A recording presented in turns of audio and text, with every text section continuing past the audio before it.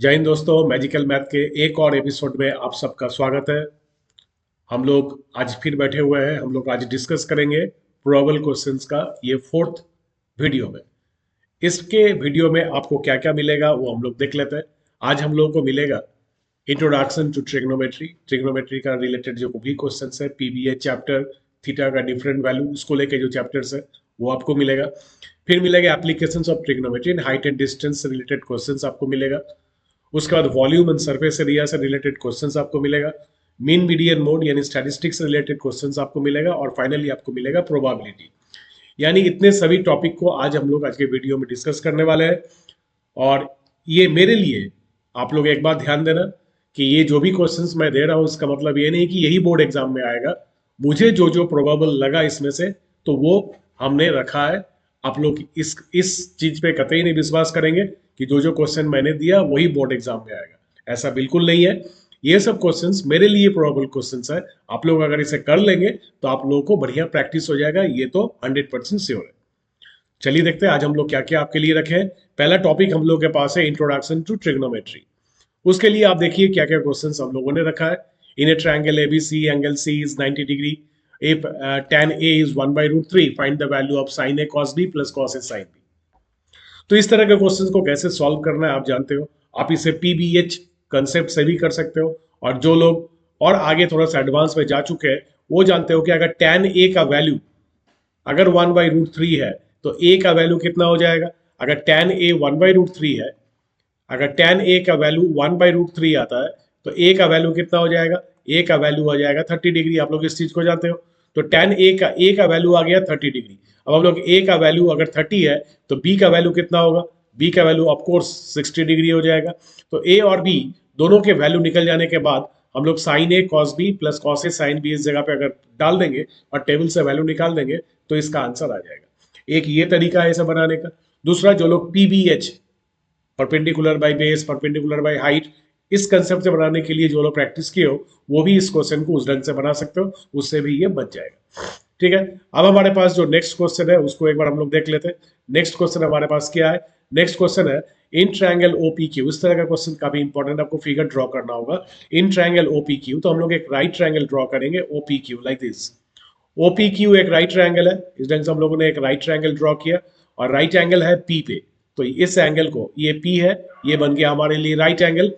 और जिसमें sign Q और कॉस क्यू, तो इस पॉइंट को ओ नाम दे देते हैं और इस वर्टेक्स का नाम दे देते हैं क्यू। अब हमारे पास निकालना है और दिया हुआ है क्या, ओपी इज इक्वल्स टू 7। ये है 7 सेंटीमीटर लॉन्ग। और आपको बोल रहा है कि OP minus P Q is 1। इसका मतलब क्या, OP is equals to 1 plus P Q. आप एक काम करो, पी क्यू के लेंथ को x एज्यूम कर लो। अगर पी क्यू को x एज्यूम करते हो तो ओपी कितना आ जाएगा, ओपी आ जाएगा 1 प्लस एक्स। ओपी का वैल्यू आ जाएगा 1 प्लस एक्स। यानी कि हम लोगों ने क्या लिया, ओपी को ले लिया 1 प्लस एक्स, पी क्यू को ले लिया x, तो और ओ क्यू, ये OP is equals to 1 plus P Q. तो यहाँ से OQ का वैल्यू हो जाएगा 1 प्लस एक्स। और हम लोग क्या करेंगे, ये सब पाइथागोरस अप्लाई करके हम लोग x का वैल्यू सॉल्व कर देंगे। x का वैल्यू सॉल्व करने के बाद हम लोग साइन क्यू और कॉस क्यू दोनों के वैल्यू निकाल सकते हैं। तो इस ढंग से इस सब क्वेश्चन को हम लोग सॉल्व कर सकते हैं। सारा क्वेश्चन को सॉल्व करके अभी दिखाना संभव नहीं है। मेरे YouTube चैनल में इस चैप्टर से रिलेटेड डेडिकेटेड वीडियो ऑलरेडी मौजूद है। आप लोग अगर चाहो तो YouTube चैनल को सर्च करके, मेरे चैनल को सर्च करके बाकी क्वेश्चंस को आप लोग देख सकते हो, ताकि आप लोग को एक अच्छी खासी प्रैक्टिस मिल जाएगी। ठीक है। फिर देखिए आप लोग फाइंड ज्योमेट्रिकली, ये क्वेश्चन नंबर 3। इस क्वेश्चन को बहुत स्टूडेंट इग्नोर कर देता है लेकिन काफी अधिक चांसेस है इसे आने की। Find geometrically the values of sine 60 and cos 30। तो इसके लिए आपको करना क्या होगा, आपको एक इक्विलैटरल ट्रायंगल अज्यूम करना होगा। याद रखिए 60 और 30 के लिए एक इक्विलैटरल ट्रायंगल, इक्विलैटरल इसीलिए क्योंकि इसका एंगल 60 डिग्री का होता है। और हम लोग यहाँ से एक परपेंडिकुलर रख देंगे इसके ऊपर, तो हमारे पास राइट ट्रायंगल भी मिल जाएगा। और कोई भी दोनों में से कोई भी एक राइट ट्रायंगल पे हम लोग इस कंसेप्ट को यूज कर सकते हैं। ठीक है, आप लोग जानते हैं उसको कैसे बनाना है, इसको हम लोग आगे डिस्कस नहीं कर रहे। फिर दिया हुआ है find the value of a if sin 2a is equals to cos 60 degree sin 60 cos 30। इस ढंग से आप एक काम करो, आरएचएस में सारा वैल्यू को आप लोग रख दो। सारा वैल्यू रखने के बाद आपको क्या मिल जाएगा, इसके टोटल वैल्यू मिल जाएगा जो कि इक्वल हो जाएगा sin 2a का। sin 2a का वैल्यू निकालने के बाद वहां से हम लोग a निकालेंगे फ्रॉम यूजिंग द टेबल, और उसके बाद हम लोग a का वैल्यू निकाल के आंसर हम लोग रख सकते हैं। तो इस ढंग से इस क्वेश्चन को भी हम लोग सॉल्व कर सकते हैं। और देखिए आप लोग उसके बाद जो नेक्स्ट क्वेश्चन है, if tan a plus B is equals to 1 and tan a minus B is equals to 1 by root 3, तो a प्लस बी कितना आप जानते हैं, tan a प्लस बी 1, तो tan 45, तो a plus B 45, a minus B equal to 1 by root 3, तो a minus B 30, तो हम लोग दो इक्वेशन से a और b सॉल्व कर देंगे। अब हम लोग देखते हैं इसके बाद आइडेंटिटी का कुछ क्वेश्चन है, ये आप देख सकते हैं मोस्टली ये एनसीईआरटी का ही क्वेश्चन है, आप लोग भी एनसीईआरटी का क्वेश्चन करेंगे तो आपको ये काफी आसानी से आपको बन जाएगा। एनसीईआरटी से रिलेटेड कुछ क्वेश्चन मैंने रखा है, यहाँ पर 6 क्वेश्चन है जो कि यहाँ पर आप लोग के पास आइडेंटिटी रिलेटेड चैप्टर से रिलेटेड है, आप लोग इसे भी बना लेंगे, जरूर बना लेंगे, एक नए क्वेश्चन आपको एग्जाम में जरूर मिल जाएगी। फिर देखिए आप क्वेश्चन नंबर 7 को, इफ इस क्वेश्चन का क्या दिया हुआ है, if tan theta plus sine theta is equals to m and tan theta minus sine theta is equals to n, then so that m square minus n square equal to this. आप करो क्या, इसमें आपको कुछ करना खास करना नहीं है, m और n का वैल्यू आप रख दो LHS में और RHS में सेपरेटली, आप देखोगे LHS और RHS का वैल्यू सेम आ जाएगा, ठीक है। उसके बाद भी देखो एक बहुत अच्छा सा क्वेश्चन यहाँ पर है, क्वेश्चन नंबर 8 का मैं बात कर रहा हूँ, if sec theta plus tan theta is equals to p, then so that p square minus 1 by p square plus 1 equal to sin theta. तो sec theta plus tan theta p, आप लोग जानते हो sec square theta minus tan square theta is equals to 1 होता है, जहां से sec theta minus tan theta का वैल्यू 1 बाय p आ जाएगा, और उस दोनों को सॉल्व करके आप लोग sin थीटा का वैल्यू ऐसे निकालोगे। क्वेश्चन नंबर 9 पे भी एक आइडेंटिटी का क्वेश्चन है जो एनसीईआरटी से रिलेटेड है, इसको भी आप लोग बना लोगे तो आप लोगों के लिए काफी अच्छी बात रहेगी। फिर देखिए क्वेश्चन नंबर 10 को, ये if a sec theta plus b tan theta is equals to x, a sec theta plus b tan theta is equals to x, तो आपको और and a tan theta plus b sec theta is equals to y, then prove that x square minus y square equal to a square minus b square, ठीक है। आप देख सकते हो question को, आप लोगों को दिख रहा है क्वेश्चन, तो ये क्वेश्चन भी काफी इंपॉर्टेंट है। नेक्स्ट क्वेश्चन नंबर 11 की तरफ आप लोग देखो, क्वेश्चन नंबर 11 क्या कह रहा है, नंबर 11 आपको कह रहा है कि if 1 plus sine square theta equal to 3 sin theta cos theta, यानी आपको करना क्या है यहाँ पर इस जगह पे देखो, तो tan थीटा का वैल्यू या तो 1 होगा या फिर 1/2 होगा, तो इसे हम लोग कैसे करेंगे, इस पूरे इक्वेशन को हम लोग cos स्क्वायर से डिवाइड कर देंगे, cos स्क्वायर से डिवाइड करने के बाद रिजल्ट जो आएगा वो sec थीटा और tan थीटा में पहुंच जाएगा, फिर हम लोग वहां से tan थीटा का वैल्यू सॉल्व कर लेंगे। क्वेश्चन नंबर 12 देखो, इस ढंग का ही क्वेश्चन है, cosec square minus cot square equal to 1, इस आइडेंटिटी का इस्तेमाल करके आप लोग इसे सॉल्व करेंगे। फिर क्वेश्चन नंबर 13 से हमारा शुरू हो जाता है हाइट एंड डिस्टेंस का क्वेश्चन। हाइट एंड डिस्टेंस से मिनिमम एक क्वेश्चन आपको एग्जाम में जरूर मिलेगा, और इसके ऊपर केस स्टडी बेस्ड क्वेश्चन भी बन सकता है, आप लोग ध्यान से देखोगे। ये most of the questions NCERT book से ही आप यहाँ पर हम पिक किए हुए, आप लोग भी देख सकते हो। सारा क्वेश्चन काफी इजी है, जिसमें से मुझे जो सबसे अधिक चांसेस लग रहा है ये क्वेश्चन नंबर 16 आने की, और आप देख सकते हो क्वेश्चन नंबर 18। ये दोनों क्वेश्चंस को मेरे लिए मुझे लग रहा है कि ये दोनों क्वेश्चंस का काफी अधिक चांसेस है इस बार बोर्ड एग्जाम में आने की। आप लोग स्क्रीनशॉट लेके इस पेज का रखो, हम लोग अब नेक्स्ट पेज में जाएंगे और देखेंगे आगे क्या क्या क्वेश्चंस रखा हुआ है। हाइट एंड डिस्टेंस से एक और क्वेश्चन आप देख लो यहाँ पर, if a straight highway leads to the foot of the tower, ये भी एनसीईआरटी बुक का, ये भी काफी इंपॉर्टेंट क्वेश्चन है। अब वर्टिकल टावर स्टैंड से, इस तरह से बहुत सारा क्वेश्चन आप देख सकते हो, मोस्टली एनसीईआरटी से है। इस तरह का क्वेश्चन आप लोग सबको ही कर लेंगे, आप लोग स्क्रीनशॉट लेके रखो इस पेज का, और इस चैप्टर को आप लोग ढंग से बना लोगे। एक क्वेश्चन आपको जरूर मिलेगा जो कि 4 से 5 नंबर का क्वेश्चन होगा, ठीक है। अब देखते हैं आगे टॉपिक में हमारे पास क्या रखा हुआ है। नेक्स्ट टॉपिक है हम लोग के पास है ये है हमारे पास एक क्वेश्चन जो कि हम लोग स्टैटिस्टिक्स से रखे, find the mean of the following data, ठीक है। बाई, आप ध्यान दो यहाँ पर लिखे हुए हमने, by direct mean method, step deviation method and assumed mean method, तीनों मेथड आपको करना है। तीनों मेथड से किसी से भी आपको एग्जाम में पूछा जा सकता है। आप लोग देखिए क्वेश्चन नंबर 2 में, if the mean of the data is 53 find the missing frequency. देखो इस डेटा में एक फ्रीक्वेंसी मिसिंग होगा, ये देखो ये फ्रीक्वेंसी मिसिंग है, आपको इस एप का वैल्यू निकालना है, ठीक है। आप देखो इस जगह पे उस क्वेश्चन नंबर 3 पे, if the mean of the following data is 188, sum of the frequencies 100, find X and Y. यहाँ पर दो मिसिंग फ्रीक्वेंसी है, एक है एक्स और दूसरा है वाई। मुझे एक्स और वाई दोनों को सॉल्व करना है, और इसको करने के लिए आप लोग जानते हो, आप लोग मीन के डायरेक्ट मीन मेथड से हम लोग करेंगे, और इसके आप लोग फॉर्मूला जानते हो, उसके इस्तेमाल करके एक्स और वाई का वैल्यू निकाल सकते हो। नेक्स्ट क्वेश्चन नंबर 4 पे मोड ऑफ द डेटा। आप लोग जानते हो मोड क्या होता है। मोड निकालने के लिए सबसे पहले क्या करना पड़ता है, मोड निकालने के लिए सबसे पहले हम लोग मॉडल क्लास निकालेंगे। और मॉडल क्लास कैसे निकलता है, जिस क्लास का फ्रीक्वेंसी सबसे ज्यादा, आप देख लो किस क्लास का फ्रीक्वेंसी सबसे ज्यादा हो रहा है। सबसे ज्यादा फ्रीक्वेंसी देखिए यहाँ पर 52, 61, 29, ये 60 to 80 इस क्लास का फ्रीक्वेंसी सबसे अधिक हो रहा है, तो ये हो जाएगा मॉडल क्लास। और मोड निकालने के लिए आप लोगों को फॉर्मूला याद ही होगा, है ना, mode is equals to L plus F1 minus F0 by 2F1 minus F0 minus F2 into H। Formula काफी बड़ा है, आप लोग का एक सजेशन मैं दे सकता हूं कि फॉर्मूला आप ढंग से याद कर लेंगे, ये तो मीन और मोड, मोड और मीडियन दोनों का फॉर्मूला काफी बड़ा है और एग्जाम हॉल में कंफ्यूज करने की चांसेस रहता है, इसलिए आप लोग इसे ढंग से कर लेंगे और क्वेश्चंस तो इसके ऊपर जरूर 6 से 8 मार्क्स का क्वेश्चन आपको स्टैटिस्टिक्स से मिल जाएगा।